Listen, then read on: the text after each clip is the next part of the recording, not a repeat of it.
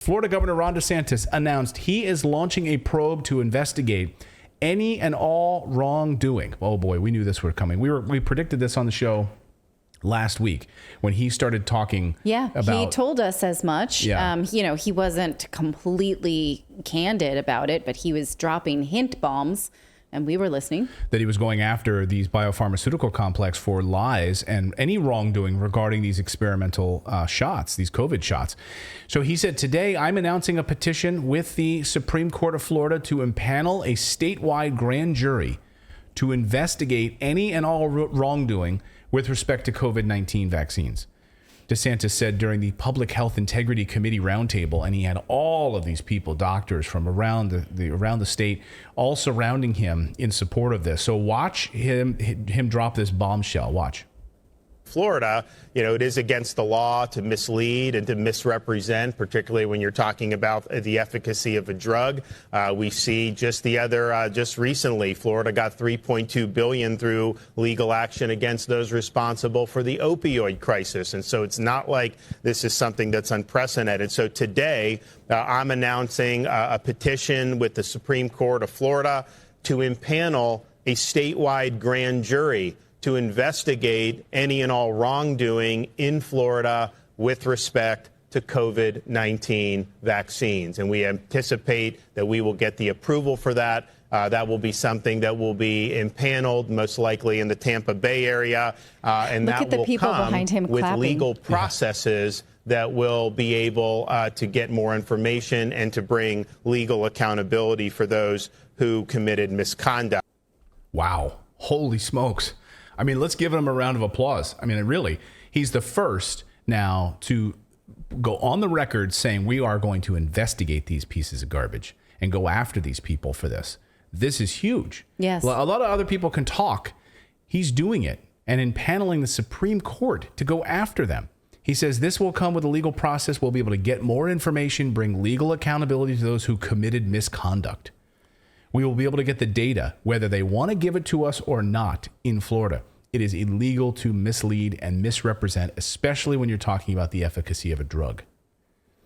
And I just want to say, I see a lot of sentiment on Twitter and stuff like that. Like, people are just devastated about, is there ever going to be any good news? And it's things like this that help you realize when you see what's happening on Twitter with the Twitter files. The power is crumbling. They are worried. There's more people going after them. More stuff is coming to light. And that's a positive thing for me, because the more this stuff comes to light, the more they're held into account, the better it is for us. Yeah, sunlight is the ultimate disinfectant, isn't it? Anna wrote us earlier today, and Natalie and I, and said, I just stumbled across and found your show. Thank God I found your show, because I can't stand this corruption. I can't stand this corruption. To which I wrote her back and said, yeah, all you need to do, we need to shine a light on these people. And one way you can do it is to share this show with other people, smash this like button. It pushes us further out into the algorithm against YouTube's wishes when you do that, and share this kind of story so we can actually hold these powerful people to account. We don't do this show for our health. Yeah. She's one of our accountants, and she wasn't sure what it was we're up to. She just our bean counter, and she was like, wow, this is what I'm working for this couple. That's great. And we have started to see certain nuance pieces fall apart. For instance, in other countries, we saw in Canada, there was litigation against the vaccine mandate by people who I think they were immigrants, who said, what was the science? Show us how government, related the science to mandates.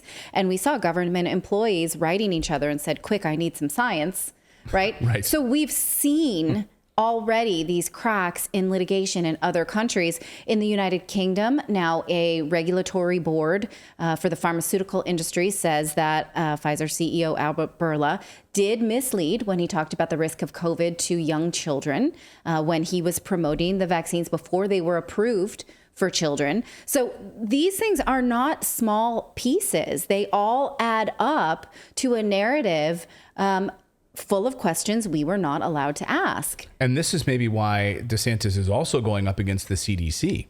So he also announced today that he wants to establish in Florida, get rid of the CDC and instead place a public health integrity committee, which may replace, we don't know if it's fully going to, the much publicized CDC. He said, we're creating the public health integrity committee a committee of expert researchers that will be able to assess recommendations and guidance related to public health care, but particularly being able to offer critical assessments of things like that bureaucracies like the FDA, CDC, and the NIH are doing, Fauci's outfit. Listen to him talk about this. And then finally, and this is exciting, we've seen over the past few years really the bankruptcy of the public health establishment. We've seen a lot of ridiculous partisanship. I mean, I'll never forget that after hectoring people in April of 2020, you can't leave your house. They were all upset at Florida because people were on the beach and playing golf and all this stuff, that if you left your house, you were almost like a bad person until you started to have George Floyd protests. And you had massive numbers of people that are meeting to protest. And these public health people wrote a letter where like hundreds, maybe thousands of them signed saying, yes, we don't think you should be leaving your house normally, but we endorse the protests, and basically said that it was important that people went out even in big groups and protested.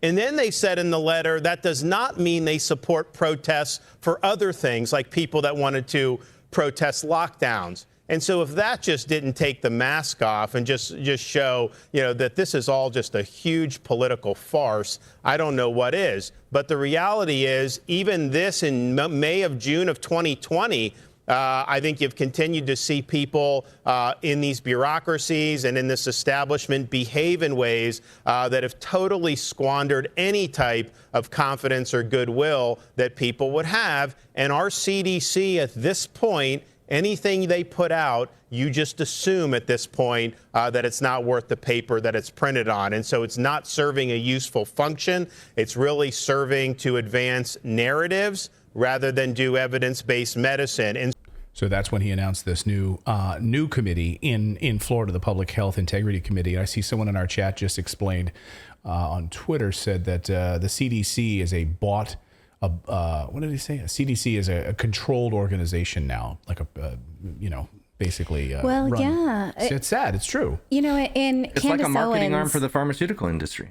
Yes. In Candace Owens' book, she talks about the protests, how we had all been in lockdowns. You can't leave your home. You can't have Halloween. Oh, but there's protests. Okay, go out. That's okay. And her narrative around it, which has a lot of truth to it, is that, the Democratic policies are really meant to keep minority groups sort of in a victim mentality and keep them on the dole, basically, in order to be dependent on the government so that they can assure their votes forever. It's not really an empowerment movement at all. And so anything that stirs up dependency on the government and, victim mentality and hatred absolutely does work in the favor of the Democratic Party. And that's why these protests were good for one party and not the other. So that same party that had kept canceling people because they wanted to go to Red Robin, then were empowering another group, COVID be damned. And you can't make an answer for that. There's no answer for that. Even if you felt like very viscerally affected by the protests, you had to realize that you were promoting a different set of standards for two different types of people. Yeah. Well, and also the arbitrary, at the very beginning, they were charging companies $1,000 a day if they stayed open. So Walmart, Target, all these big companies that could afford that $1,000 were open like nothing was going on. They just paid the $1,000 fine. And then you had all these small businesses that couldn't afford that. So they had to shut down. So from the very beginning, this looked like a ploy to just completely corporatize this whole thing. And then and it corporatized even to the CDC because they were doing the bidding of the pharmaceutical industry, as was the FDA, right, because they were complicit in hiding those documents for 75 years. We had an interview with Carol Roth, the author of the great book, The War on Small Business, where she lays out exactly how the government chose winners and losers during the pandemic. For instance, a small dog hair cutting place, right, couldn't stay open, but PetSmart could still cut dog's hair. Why does that making it, why could you cut a dog's hair and not a human's hair? Those kind of things the government just allowed. It didn't stop Nancy Pelosi from getting her hair done. Remember that? Yes. Yeah. She was above the law, of course, as usual. I mean, the thing that really made me so crazy is there's a restaurant in Southern California that spent $80,000 to retrofit for outdoor dining. And then they closed down again due to COVID surges, but let Hollywood film a movie in that parking lot and offer outdoor dining for craft services. Why is that allowed? Why can't the private business make money with outdoor dining, but craft services can for Hollywood? Yeah. These things they were blaring injustices. One final note from Governor DeSantis on some of the final points here that he was making at this press conference. Listen to this. And just show, that this is all just a huge political farce. I don't know what is. But the reality is, even this in May of June of 2020, I think you've continued to see people in these bureaucracies and in this establishment behave in ways that have totally squandered any type of confidence or goodwill that people would have. And our CDC at this point, anything they put out, you just assume at this point that it's not worth the paper that it's printed on. Just want to play that again because it's so good. So he also noted not only did the vaccines not result in a reduction of all the all-cause mortality, but excess mortality actually increased in their state. So they want to investigate this and get to the bottom of this. Again, I'm all about it's enough. To me, talk is cheap, right? Like, okay, a politician who actually takes action to show, and I'm not saying I'm a huge DeSantis supporter of any kind. I'm just saying this is a huge moment. This is a huge move by a sitting governor of a state to investigate these clowns and get to the bottom of it.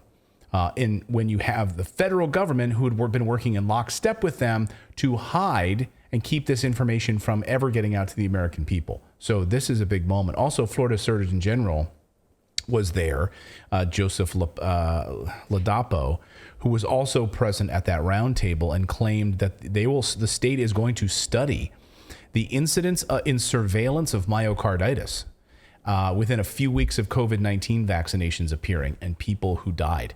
So they're absolutely going to start to study that specific issue as well about myocarditis in Florida. So we're going to get some really interesting data from the state of Florida. So good on DeSantis. And really quick too, it's a positive thing because we as people are stripped from the conversation. We do not have the power to do what he's doing. We try and we get shut down. You can't protest, you can't ask questions. But when it's somebody like this, we need people like him to do this because we can't do it alone. And so I commend him for that. I'm not a big fan either, but I commend him for that. But I have some reservations because what if the CDC then mounts its own defense? Then that's on taxpayer dollars. Then we will be paying for the defense of the CDC against this litigation. What if the Justice Department decides to, for some reason, defend the pharmaceuticals in lockstep with the FDA? That is something that we could also be on the defense side, and I don't like that at all. Maybe. I mean, they have indemnification over the vaccine itself, right? Those are the government contracts they signed with Pfizer and Moderna.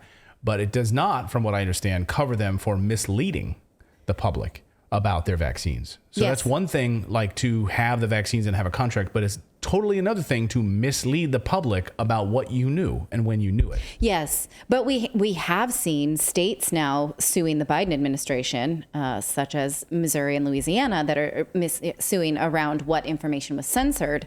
And so that is also a possibility. But again, it's taxpayer dollars that will mount the defense. Right. And so that turns your stomach. At the same time, you want to see answers. I support these attorneys generals for what they're doing, but that it's federal tax dollars that's working against them, and that sucks. Thank you so much for watching this segment here at Redacted. We are live every day at 4 p.m. Eastern Time, trying to share the stories that the mainstream media will not cover. You should also come over and join our community of Redacted Rebels over at Redacted.inc. That's our private locals community where we can share exclusive content that we simply cannot share here on YouTube. Come over and join the rebellion together right now by going to Redacted.inc. We'll see you next time.